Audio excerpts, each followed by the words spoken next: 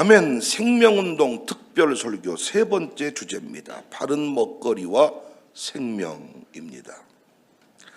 우리는 꽤 긴 시간을 할애해서 물과 생명, 소금과 생명에 대해서 공부를 했습니다.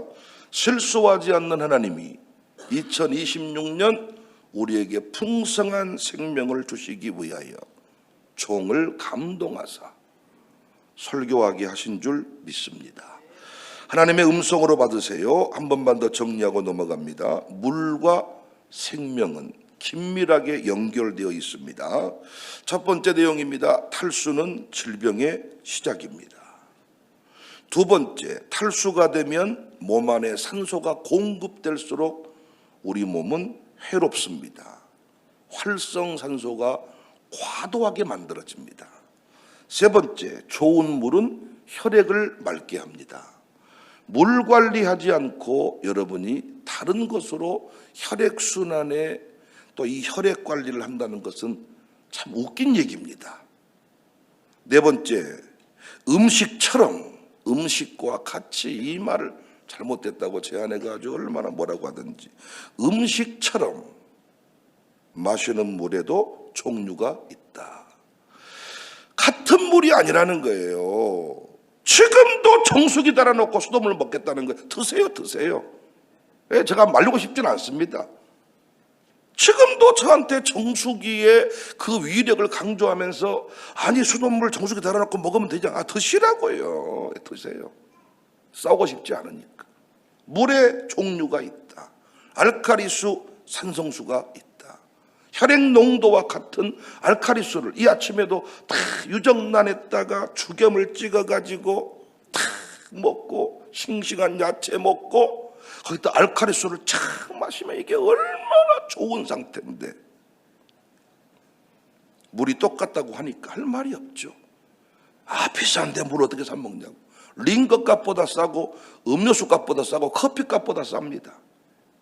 그런데 하루에 커피는 밥 먹고 나서 커피는 안 먹은다 그래도 차 한잔 해야지. 그래가지고 커피는 다 주문받아서 커피를 다, 그래서 양이 너무 많다고 하면서도 커피는 다 주문해서 먹는데, 물 사 먹는 건 지금도 아까워가지고 집을 사는 데는 몇 억씩 쓰고 자동차 빼는 데는 할부를 뭐 몇 천만 원씩 쓰면서 물 사 먹는 것을 아까워서 못 사 먹겠다. 그래서 좋은 차 타고 병원 다니다가 죽는 겁니다. 저는 병원이 나쁘다는 게 아닙니다. 하나님의 때에 따라서 쉬게도 하시고 치료받기도 하시는데, 우리가 기본적인 것들을 너무 소홀히 할 때가 많다는 거죠. 다섯 번째, 물만이 몸 안의 노폐물을 제거할 수가 있습니다. 여섯 번째, 좋은 물로 피부염, 위염을 해결할 수 있습니다. 속쓰림, 여러 가지 염증 증세 해결할 수 있습니다. 일곱 번째, 매일 규칙적으로 알칼리수를 마시는 것이 핵심입니다. 소금과 생명의 내용 정리합니다. 첫 번째, 우리 몸은 소금물 생명체입니다. 두 번째, 소금으로 질병을 치료할 수 있습니다. 세 번째, 소금에도 종류가 있습니다.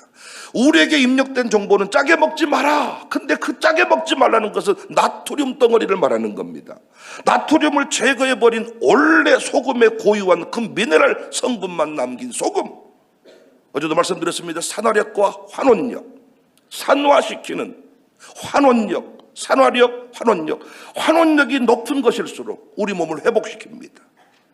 우리가 먹는 대부분의 음식은 산성화시키고 산화력이 높습니다. 그래서 우리 몸이 점점 피폐해지는 거예요. 환원력을 높인다. 소금에도 종류가 있다. 네 번째, 좋은 소금은 먹을 수 있는 대로 마음껏 실컷 먹어라. 먹을 수 있을 때 먹고, 먹고 싶을 때 먹고, 규칙적으로 먹고, 상비약처럼 먹고, 가장 좋은 것은 3회에서 4회 죽염을 사가지고 음식 만들 때 몽땅 쳐서 먹어라. 우리나라는 소금 섭취하기에 최적의 조건을 갖추고 있는 나라입니다. 그런 측면에서 선조들의 고추장, 된장, 이것들은요 간수를 뺀 천일염. 그런데 천일염도 간수 관리가 문제고 바다 오염이 문제다. 저는 죽염을 최고의 좋은 소금으로 치는데, 그 모든 문제를 해결한 게 죽염입니다. 여러분 꼭 필요한 곳에서 죽염 구입하셔서 마음껏 몽땅 드시기를 바라고, 풍성한 생명의 주인공 되시기를 바랍니다. 병원에 입원하면 제일 먼저 꼽는 게 식염수를 꼽습니다. 실제로 여러분이 어떤 긴급한 상황이 생기면 소금을 먹을 때 우리 몸 안에 생명의 긴급함이 또 해결이 되기도 합니다. 평상시에 잘 관리하시기를 바랍니다. 이제 마지막 먹거리입니다. 먹거리 쪽은 제가 많이 얘기할 필요가 없을 것 같고 여러분 분위기 봐서 한 번에 끝내든지 한 번만 더 하든지, 그리고 이제는 생명운동에 대해서 더 이상 제가 영적인 얘기들을 해야 되니까요 멈추도록 그렇게 하겠습니다. 먹거리는 가장 일상적이지만은 가장 자주 무너지는 영역입니다. 그런데 성경에서 하나님은 먹는 문제를 결코 가볍게 다루지 않으셨습니다. 먹는 것은 단순히 생존의 문제일 뿐만 아니라 신앙의 문제로 먹는 걸 다루셨어요. 그래서 그 먹거리를 통해서 인간관, 창조 이해, 하나님의 신뢰 방식을 드러내고 있습니다. 바른 먹거리를 통해서 풍성한 생명을 누릴 수 있기를 바랍니다. 첫 번째, 먹으라고 하나님이 명하셨습니다. 창세기 1장 29절에 이것이 너희의 먹을 것이 된다. 하나님은 인간을 만드시고 가장 먼저 먹을 것을 주셨어요. 창세기 1장 29절입니다. 하나님이 이르시되 내가 온 지면에 씨 맺는 모든 채소와 씨 가진 열매 맺는 모든 나무를 너희에게 주노니 너희의 먹을 거리가 되리라. 우리가 먹는 문제를 이야기할 때 분명히 해야 합니다. 먹는 것은 인간의 본능이기 이전에 하나님의 명령이잖아요. 하나님은 사람을 창조하시고 가장 먼저 일해라 조심해라 라고 말씀하신 게 아니라 먹으라고 말씀했습니다. 오늘날 많은 사람들이 식욕을 부정적으로 봅니다. 심하면 금욕주의로 흘러갑니다. 그러나 식욕은 생존을 위한 본능이면서 몸이 살아있다는 신호입니다. 가장 중요한 게 하나님이 몸 안에 심어두신 자기 보호 장치이기도 합니다. 의학적으로도 식욕은 시상하부, 렙틴, 그렐린의 균형 속에서 조절이 되고 있습니다. 식욕이 있다는 것은 몸이 아직 조절 체계 안에 있다는 건강 신호입니다. 문제는 식욕 자체가 아니라 식욕을 왜곡시키는 환경이죠. 하나님은 먹지 말라보다 분별하여 먹으라고 하셨습니다. 레위기 11장의 음식 규정 핵심이 뭡니까? 금욕이 아니라 생존과 거룩함의 유지. 바울도 같은 원리를 말합니다. 고린도서 10장 23절에 모든 것이 가하나 모든 것이 유익한 것은 아니다. 할 수 있는 한 편식하지 않아야 돼. 편식은 취향의 문제가 아니라 훈련의 문제입니다. 하나님 주신 모든 것을 다 먹을 수 있게 만들어 두었는데 우리가 훈련받지 못한 거죠. 신앙적으로 건강적으로 편식은 유익하지 않아요. 여러분 가정교회 공동체를 보니까 어때요? 내가 못 먹는 것이 못 먹는 것이 많은 사람일수록 관계의 편중성이 만들어집니다. 그런데 모든 걸 골고루 다 먹을 수 있을 때 관계도 좋아집니다. 그래서 우리 샬롬 아카데미 교육과정 안에 어렸을 때부터 바른 식습관 교육, 어떤 건 아예 안 먹어버리고 어떤 거는 다 먹어버리고 건강에 문제가 생깁니다.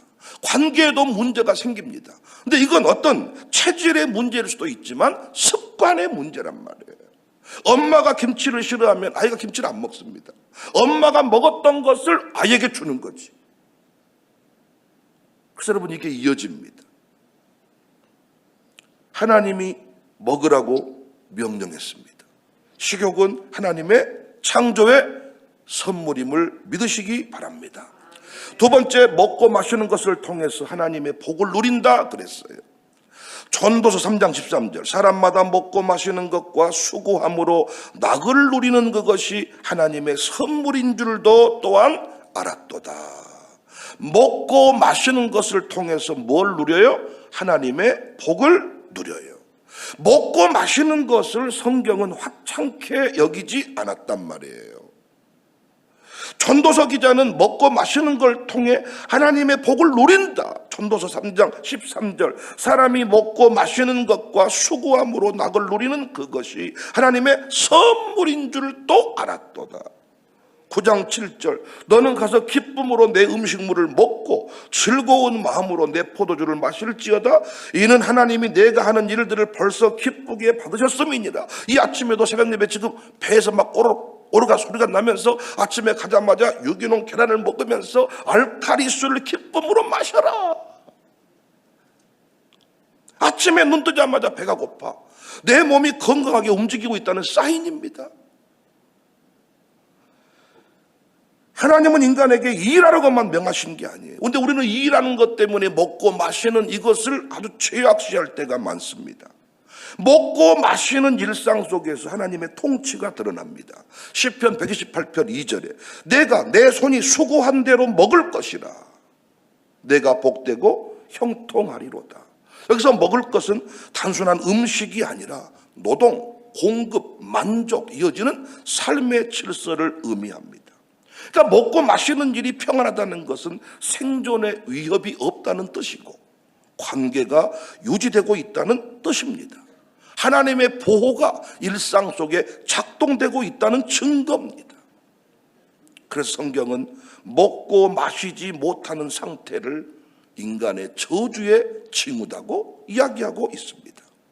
잠언 15장 17절 채소를 먹으며 서로 사랑하는 것이 살찐 소를 먹으며 미워하는 것보다 낫다.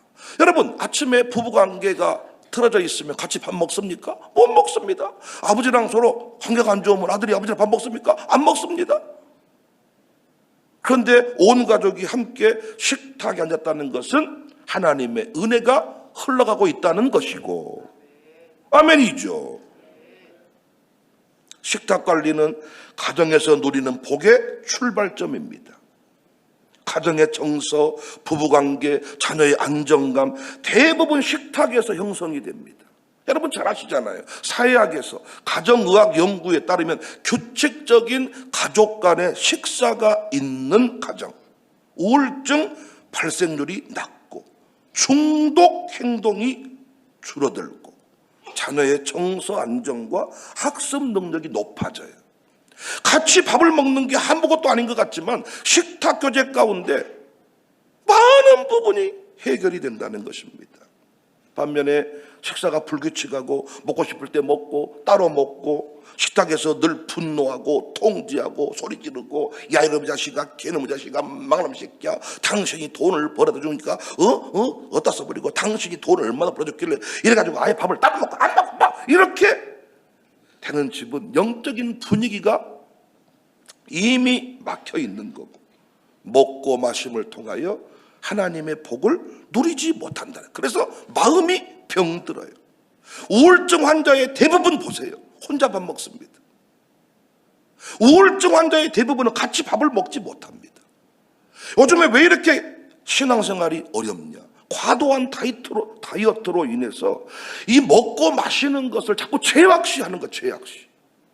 이 부분에 관해서 하나님의 복을 누리는 예배 가운데 나오는 것만 복을 누리는 통로고 아침에 온 가족이 따뜻한 밥을 지어서 같이 식탁 교제를 부부간에 식탁 교제를 한다는 것에 관해서 이것이 복이라고 믿지 않기 때문에 고마워라 임마누엘 예수님만 섬기는 우리 집 여보 오늘도 살아있음이 감사하지요. 오늘도 새벽 말씀이 은혜가 되었지요. 서로 아침에 그 식탁 교제 가운데 복을 누린다는 거예요.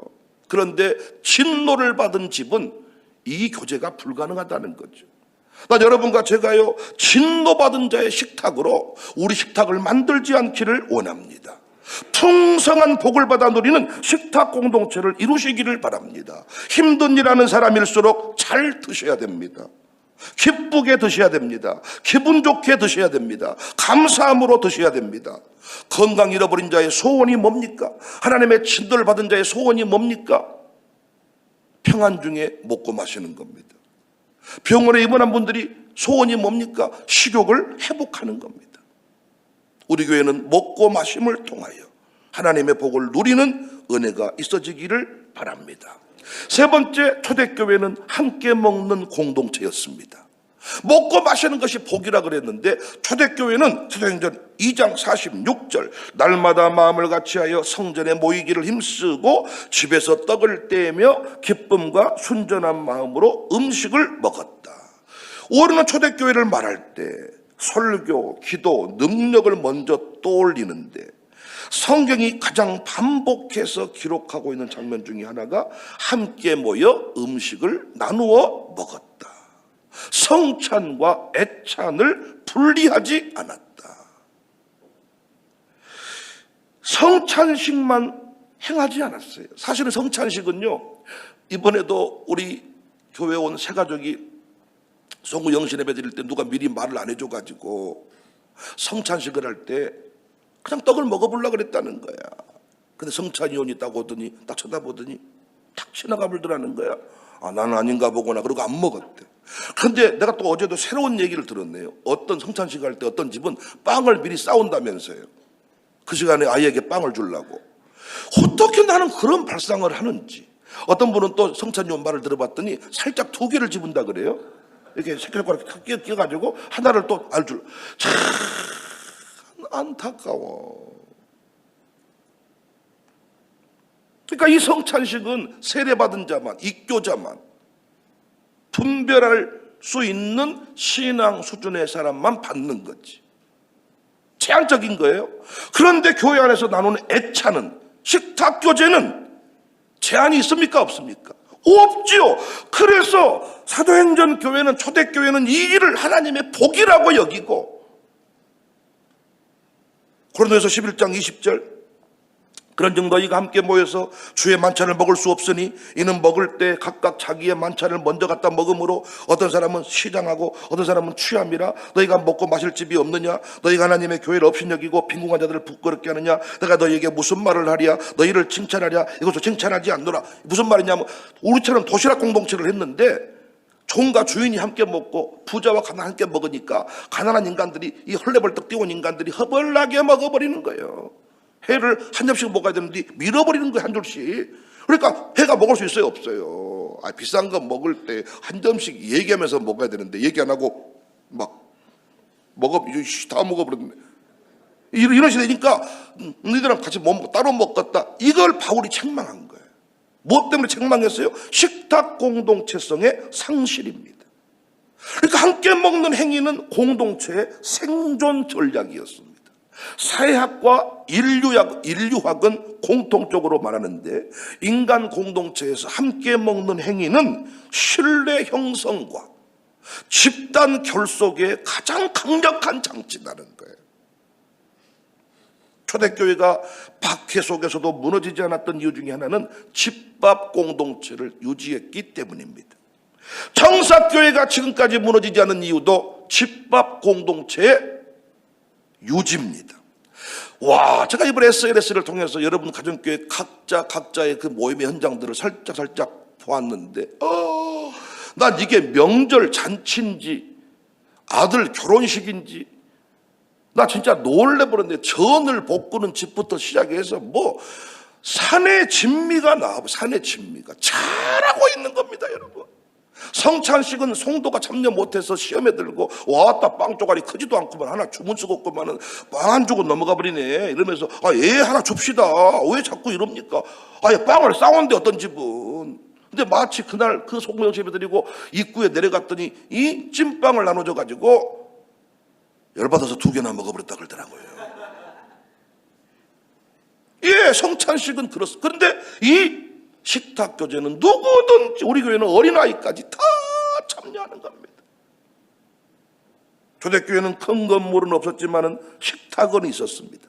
재정은 부족했지만 음식은 나누어 먹었습니다. 그 식탁 위에서 복음은 설명되지 않고 경험이 되었던 거예요. 우리가 노인들을 세울 때도 복음 제시 안 했습니다. 따뜻한 집밥을 공급했는데 그 안에서 그리스도의 사랑이 경험이 되었습니다. 오늘날 교회가 약해진 지점도 식탁의 붕괴입니다. 과도하게 예뻐지려고 몸매 관리 쪽에, 다이어트 쪽에 먹고 마시는 것이 복이 아니라 식욕 억제, 심지어는 식욕 억제제를 먹고 사는 시대가 되었습니다. 먹고 마시는 게 하나님의 복이라는 것을 누리며 가르쳐야 되는데,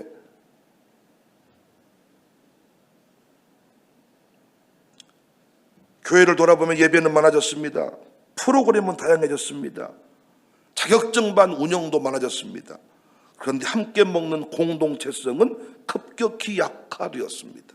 각자 알아서 먹는 식사, 봉사로만 남는 식사, 얼굴 없는 배식, 효율적일 수 있지만 성경적인 공동체와는 전혀 거리가 먼 거예요. 현대 교회 세태 연구에서도 반복되기 시작했습니다. 이 정확하게 공동 식사와 비공식적 교제가 사라진 교회일수록 관계 이탈과 신앙 이탈이 빠르게 진행이 된다.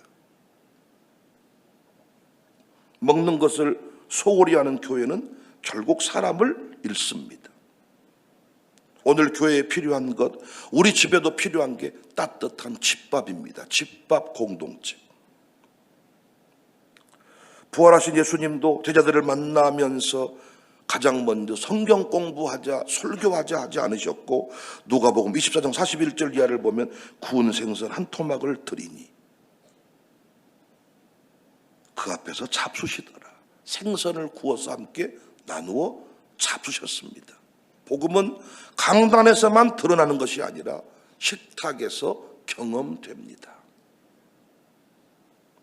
그래서 교회는 말씀을 전하는 공동체이기 이전에 함께 먹으며 생명을 나누는 공동체가 되어야 합니다.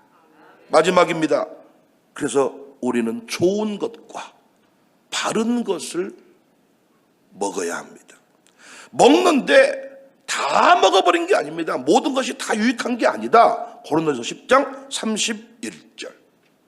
그런즉 너희가 먹든지 마시든지 무엇을 하든지 다 하나님의 영광을 위하여 하라.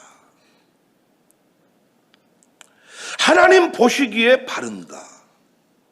고린도전서 6장 19절 20절.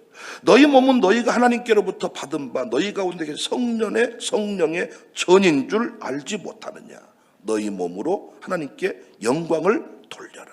그러니까 여러분, 우리 몸은 단순한 소비의 대상이 아니라 하나님께 맡겨진 성전, 거룩한 산 제물.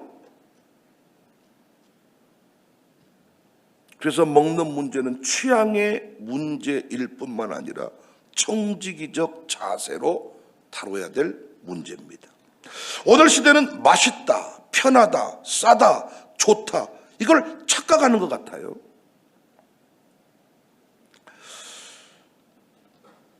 맛있고 싸면 되는 거예요.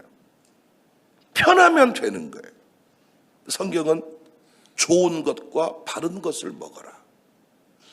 하나님 영광이 되게 하라. 성경적 관점에서 좋은 것, 바른 것. 바른 것은 시간이 지나도 생명을 해하지 않는 것. 우리가 이 바른 것을 찾아서 먹어야 한다는 겁니다. 잠언 14장 12절에 어떤 길은 사람이 보기에 바르나 필경은 사망의 길이다. 당장은 음식도 맛있고 편해 보여도 몸과 영혼을 서서히 무너뜨리는 음식이 있다는 거예요. 그래서 우리 교회에서 우리는 집밥 공동체니까요, 바른 먹거리 식탁에 올려서 식탁 교제를 하면 할수록 우리 몸이 피폐해지는 게 아니라 풍성한 식탁 교제를 통하여 풍성한 생명을 누리도록 노력하고 기도하자는 것입니다. 칼로리가 높냐 안 높냐 이게 중요한 게 아니라 바른 먹거리인가. 창세기 1장 29절에 씨 맺는 모든 채소와 씨 가진 열매 맺는 모든 나무를 너희에게 주노니 이것이 너희의 먹을 것이 되리라. 그러니까 하나님이 주신 먹거리, 자연 그대로, 첨가물이 없었습니다. 그러니까 성경적인 먹거리 핵심은 뭐냐? 자연에 가까울수록 바르다는 거죠. 그러니까 제가 이걸 규정하기가 매우 어렵습니다만은 기도하면서 정리를 해보니까 3가지 정도 정리가 되더라고요. 바르지 않은 먹거리, 우리 가정교회에서도 우리 교회 식탁에서도 이제 이것들을 좀 차근차근 정리하면서 풍성한 생명의 먹거리 나눔 공동체로 만들어가 보자는 거예요. 성찬식을 할 때 아무 포도주나 쓰지 않듯이 우리도 식탁에 아무거나 올리지 않았으면 좋겠다. 바르지 않는 먹거리는 첫 번째, 초가공식품. 그러니까 여러분, 몸을 살리기 위한 먹거리가 아니라 판매를 위해서 설계된 먹거리.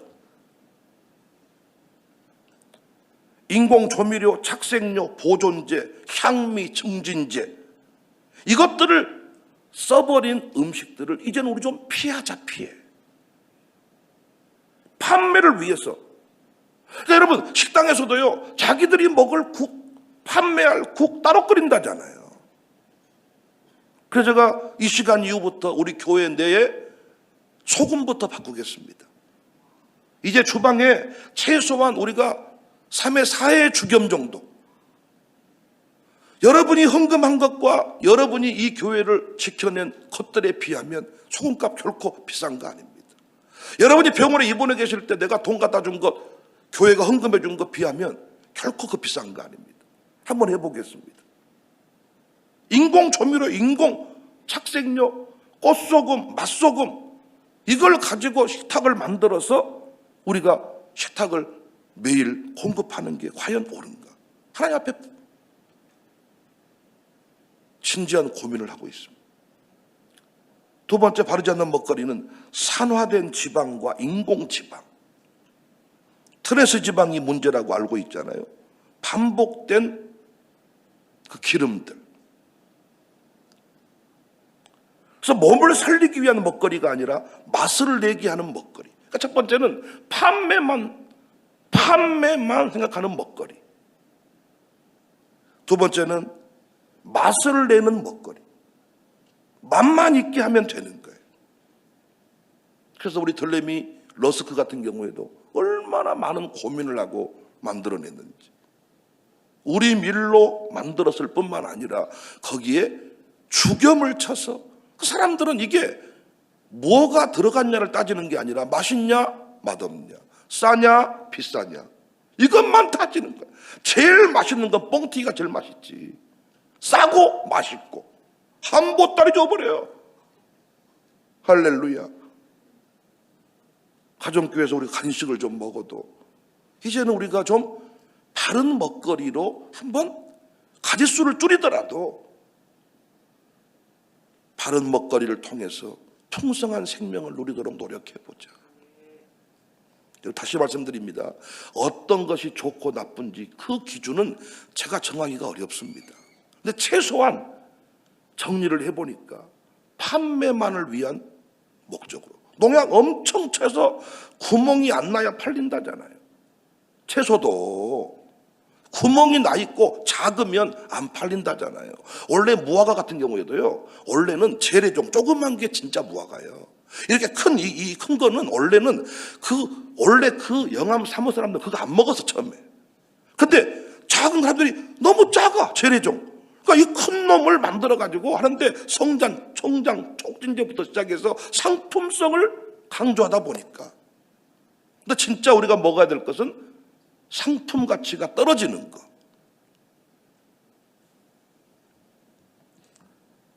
세 번째, 유통기간이 긴 음식. 아니, 음식이라는 게 유통기간이 있어야 되는데 일주일이 지나도 끄떡이 없어.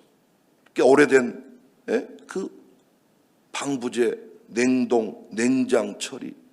여러분, 그 냉동실에서 최악의 상황이 벌어지는 거잖아요. 냉동실에 들어간 순간 그 안에서 온갖 병균이 펼쳐지는 거잖아요. 그날 우리 교회가 목요일 식사, 주일 식사 매주마다 시장 봐서 이렇게 식탁을 공급하는 거 참 좋다고 생각합니다. 결론은 분명합니다. 자연 그대로의 음식, 제철 음식, 첨가물이 없는 음식. 이제 우리 전석호 목사님을 통해서 좋은 유기농 식품들을 많이 우리가 야채라도 양이 많지 않겠지만은 공급해 주겠습니다. 무도 어제도 목사님이 카톡을 보내주셨더라고. 그렇게 병원 가서 기침이 안 잡히고 난리 쳤는데 목사님 말 듣고 무를 먹었는데 가래가 잡히고 기침이 잡혔다고 누군가가 이 글을 보내줬다고 저한테 보내줬더라고요. 그래서 내가 목사님 이거 공유할까 그랬더니 아니 지금 무 상태가 무 양이 많지 않기 때문에 공개하지 마라. 그래서 올해 무 농사를 잘 지어서 필요하면 공급하겠다 그러시더라고요. 그러니까 하나님께서 연결시켜 우리가 그분을 알 수가 없는 분인데 조봉희 목사님이 오셔서 불렀대 꼭 너 이 교회 와야 되겠다. 한번 만나봐라. 근데 나는 그 목사님이 감동이 되셔서 주시겠다고 하지 않습니까? 조리법은 단순하게. 조리법이 복잡하고 뭔가 이게 많이 들어갈수록 점점 맛은 있지만 건강은 해치게 된다. 그래서 우리가 가정교회들마다 저는 매 주일 식탁을 대할 때마다 감동을 받거든요. 진짜 정성을 다한 음식 때문에 이 식탁 공동체가 복음을 경험하게 하는 통로다. 하나님의 복을 누리는 통로다. 그래서 우리가 고급 비싼 것 이것들만 찾아 먹는 건 뭐 어려울 수 있겠지만 바른 것을 찾아서 먹는 훈련은 우리가 이제부터 할 수 있지 않겠는가. 사랑하는 여러분, 우리 보존 가치가 있잖아요. 여러분 새벽에 한 번 못 나오시면 난 목회적으로 너무 큰 손실을 경험하는 거잖아요. 여기 있는 백 목사가 퍽 쓰러지면 여러분 기도했던 것이 너무나도 아픔으로 다가오잖아요. 그래서 우리 모두 우리 교회 협동 목사님들도 얼마나 기도의 거장들이잖아요. 그분들이 퍽 쓰러지시면 우리 교회 손실이 너무 큽니다.